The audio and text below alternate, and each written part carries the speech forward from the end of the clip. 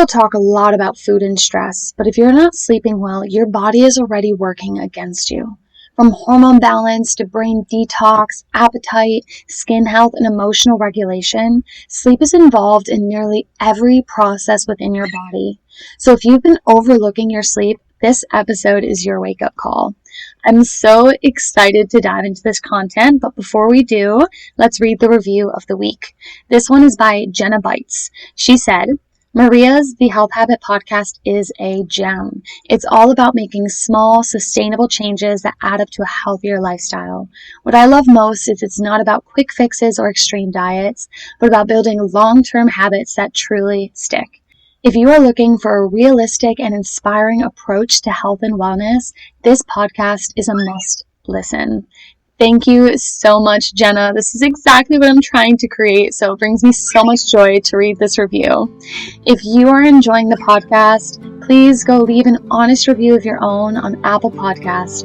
I can't wait to read what you have to say. Are you tired of feeling overwhelmed by health advice, struggling to stay consistent, and craving more ease in your diet and calm in your mind? Then you are in the right place, my friend. Welcome to the Health Habit Podcast. I'm Maria, a nature-loving herbalist, science-obsessed nutrition therapy practitioner, and your guide to holistic healing. If you're ready for simple wellness solutions, nutrition tips, and mindset shifts to help you feel energized, fulfilled, and in control of your health, then brew up some tea or crack open a kombucha, and let's get into it. If you are loving these deep dives into holistic health, don't forget I sent out a free weekly newsletter with even more tips to support your sleep, hormones, energy, and overall well-being. If you want to join a community of empowered, health-focused women, and yes, I see you too, guys, head over to thehealthhabit.net/newsletter or just tap the link in the show notes. I have struggled with sleep for most of my life. When I was young, I had vivid nightmares, but I also found out later in my life that I had actual night terrors where I would wake up screaming, fighting. It was a lot for my parents to handle, and it's pretty intense. And I've also suffered from insomnia, literally all the things. So sleep has become a really important thing for me. I've gone through periods where I obsessed over my sleep, but I finally found balance, and I've realized just how important this topic is. And that led me to do a really deep dive into sleep research. I spent over 16 hours dedicating myself to researching sleep, and we're going to touch on a lot of that in today's episode. Just to stress how important sleep really is to our overall health and wellness, if I had to pick just 3 areas to focus on, the very first one that I would pick, call it a pillar of health, would be sleep. Then a nutrient-dense whole food diet, and then nervous system regulation. So this is a really important topic, and I'm excited to dive in. So grab your notepad or get your video recorder ready because you're going to want to save this information for later. For a long time, sleep was surprisingly mysterious. We knew we needed it because scientists have done some pretty horrible studies with sleep deprivation, depriving animals of specific sleep phases, and these test subjects have died. So it's obviously crucial for survival, but we didn't really know what was happening and why it mattered. Until recently, let's call it over like the past 5 years or so, we've actually found out exactly what's happening and why sleep is important, and there's still so much research to be done in this area. The first thing that we need to know in order to really understand why sleep is so important is the different phases. So sleep is broken down into 2 main phases, non-REM and REM. REM stands for rapid eye movement. Non-REM has 4 different phases: stage 1, stage 2, stage 3, and stage 4. And we go through this really interesting sequence. So you start off in the lighter stage 1 non-REM sleep, and then you move into stage 2 non-REM, and then stage 3, and then stage 4, and then back up. So stage 3, stage 2, and then stage 1, and then you have that REM or rapid eye movement sleep. And this sequence, so stage 1, 2, 3, 4, 3, 2, 1 REM, happens in roughly 90 minutes. Now, this will vary from person to person, and men do tend to have a slightly longer cycle by about 10 to 15 minutes. And you do not need to structure your wake-up times around this 90-minute window. How much time you spend in each phase changes dependent on what part of the night it is. So in the first half of the night, you spend more of that 90-minute window in the deeper non-REM stages of sleep. So that is stage 3 and 4. And then the second half of the night, you spend more time in REM, or rapid eye movement sleep.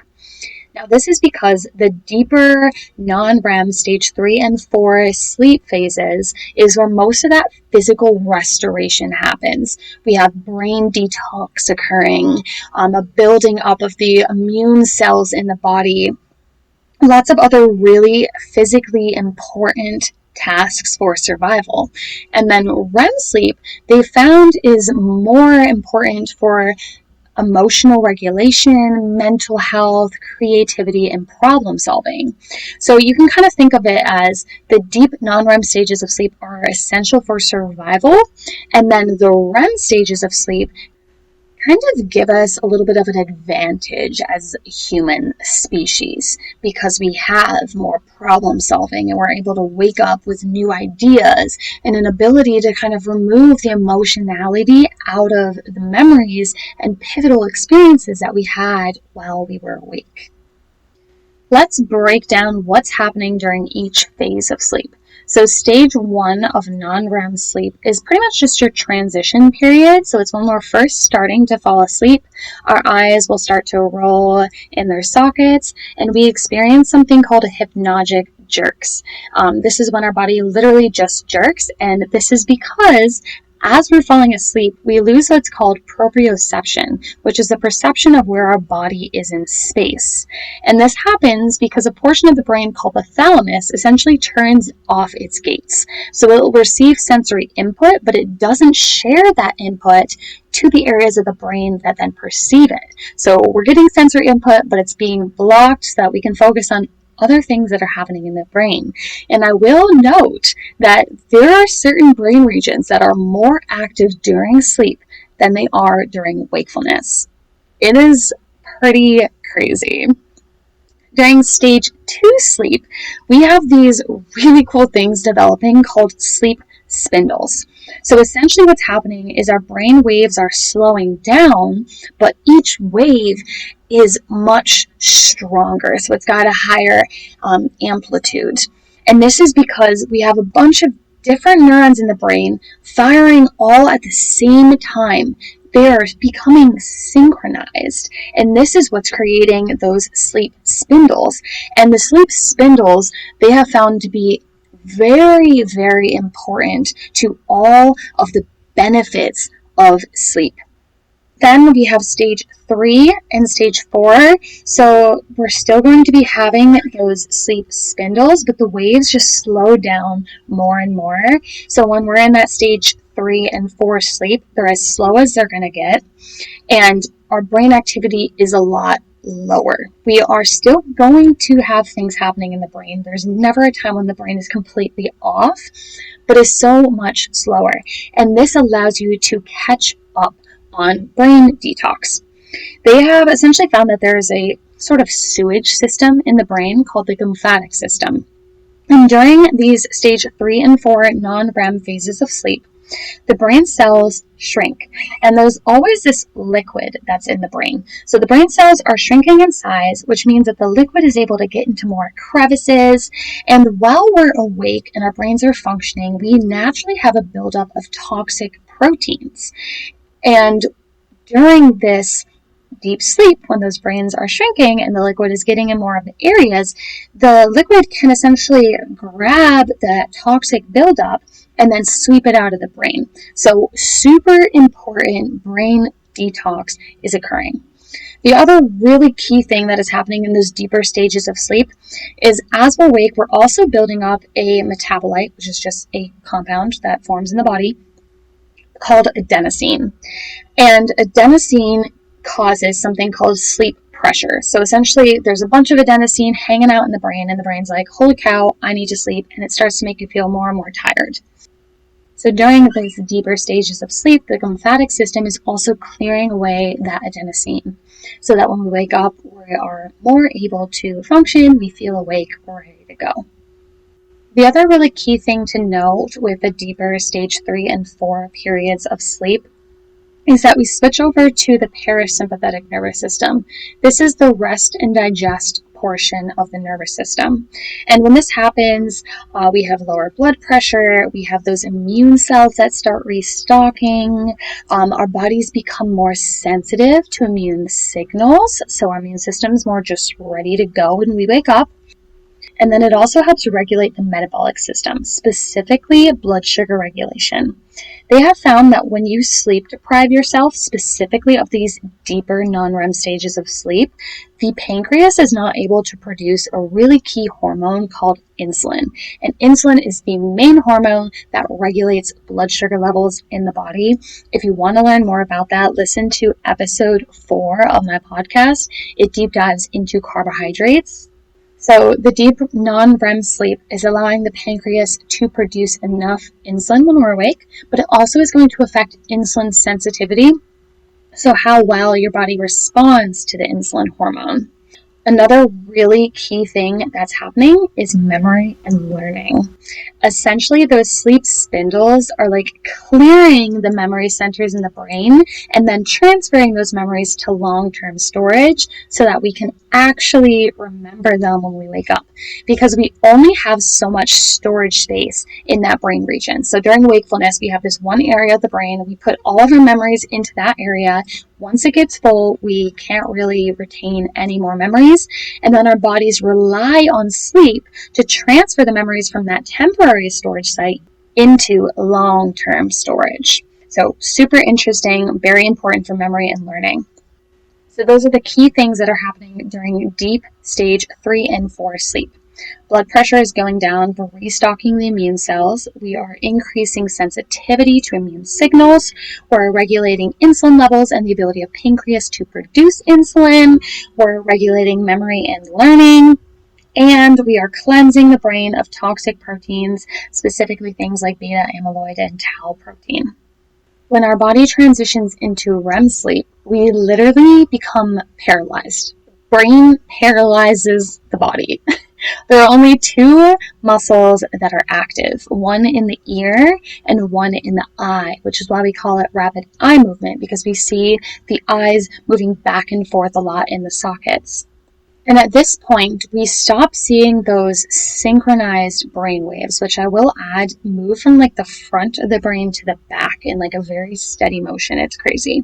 So when we're in REM sleep, our brain waves are pretty much identical to when we are awake. So it's chaotic, there's spikes all over the place, but remember, we're not receiving sensory input in the same way. Now, during REM, the thalamus partially opens back up. So we're not reacting to sensory input because we're paralyzed, but we're able to internally experience it as if we were actually experiencing it. But there are some emotional centers that are shut down in ways that they're not during wakefulness, or more active in ways that they're not during wakefulness. So we have this recipe where our brain is essentially awake, but our body is completely paralyzed. We are experiencing and reliving memories, but we're only able to respond within our brains, and the really intense emotionality areas are shut down. So we're experiencing them in such a way where the emotionality is more dulled, but we can work through them. It's kind of like our brain's special therapy session. So this is why REM is so crucial to mental health. So that is your crash course on all things sleep. But let's take some time to talk about the natural cycle of alertness throughout your day.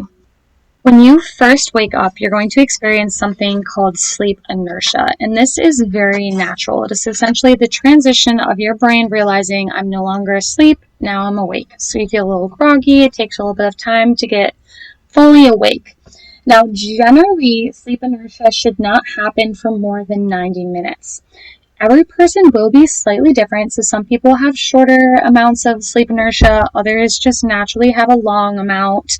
But if it's going over 90 minutes, you are probably sleep deprived. So I would suggest waiting to have coffee until you're at least after that 90-minute window. That way you can assess how well you're sleeping. If you just immediately have caffeine right after waking, you never really know how well rested you are. And as we have already discovered, sleep is so important for health and well-being. So you really want to know if you need to be prioritizing sleep in a different way. So that covers sleep inertia. Ideally, when you wake up, you will have at least slept for 7 to 9 hours. Your body requires that amount of time to properly clear adenosine, which is that compound that naturally builds up during the day and causes something called sleep pressure. And that sleep pressure is one of two reasons why your body starts to get tired and puts you to bed. The other thing that is causing that natural sleepiness is your circadian rhythm. So essentially there's a bunch of clocks in the body that regulate different aspects of your physiology. There's one called the suprachiasmatic nucleus, or the SCN, and that regulates your circadian rhythm. Now, your circadian rhythm is really sensitive to light, and I will add that your eyes pretty much evolved just to experience light and dark cycles. It's more so about getting light into your brain than it is about actually seeing motion, which is pretty wild. So when we wake up, there should be more light coming in, and this tells your body, you are awake, let's get alert, let's get rolling. And then throughout the day, the light levels go down, and you will gradually start to feel more sleepy. Adenosine is the other factor. So around 16 hours of being awake, you have a peak of that adenosine. The light is starting to go down. So your circadian rhythm is like, all right, we're starting to get sleepy. Your brain's like, yeah, I have a pretty high sleep pressure. And then you go to bed. These are happening independently of one another. So it's really important to be aware of both in order to properly regulate your sleep. The other thing I would like to mention here is that caffeine and coffee, it works by quieting the receptor that tells you how much adenosine is in your brain. So essentially, your brain doesn't know how much adenosine or sleep pressure it has, and so you're able to feel more alert. We can have crashes from caffeine intake because our brains are still building adenosine while we have that caffeine in our system. But once the caffeine wears off, we have so much adenosine that our bodies are like, holy cow, I'm immediately sleepy. And then some people will grab for more caffeine, they'll grab for sugar to offset that sleepiness, and that can create a roller coaster effect that's not great for the body. So those are all the different factors to consider in like the main view of your natural sleep and wake cycle. The other thing that I want to mention is that it is 100% natural and hardwired into our brains to have a dip in alertness around the middle of your day. This is called the postprandial dip because it generally happens after lunch. And that's why in Europe, they will have siestas midday where you have lunch, you enjoy some time with your family, and you take a nap. And you can use naps strategically to achieve your health goals. So if you want to just feel more alert and energetic, during that postprandial dip, you can take a 20-minute nap.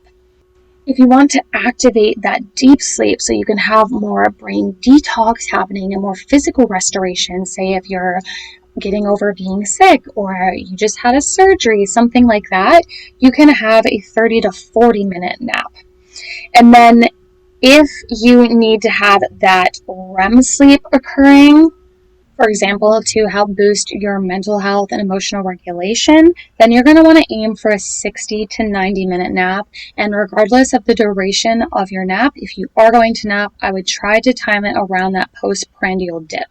And the time will be slightly different for each person because we don't all have the same circadian rhythms, right?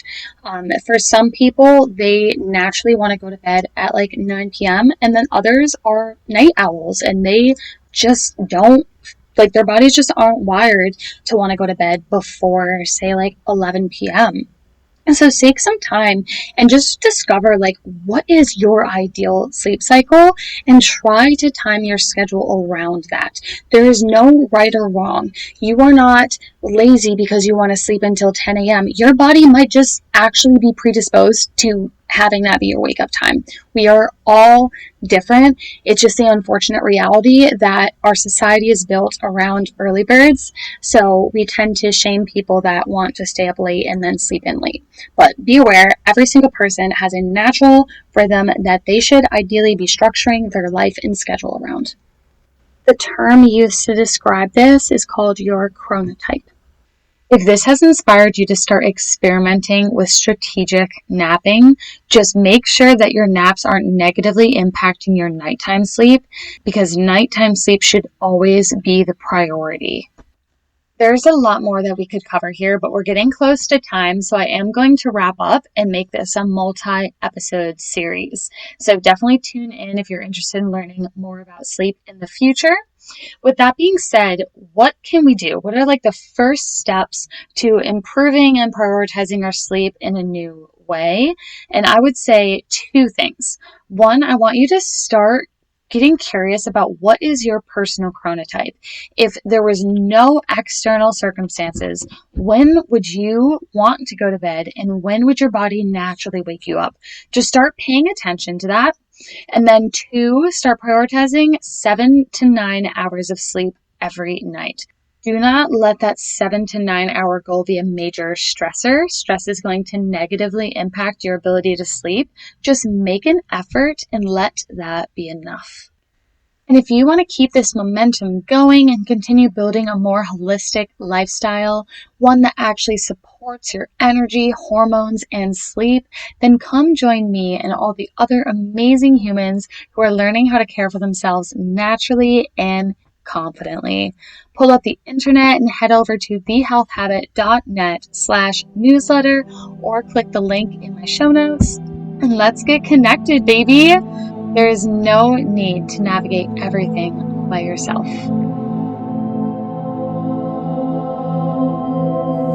Hello, beautiful human. Thank you so much for listening. I hope you learned something new and felt inspired or blessed.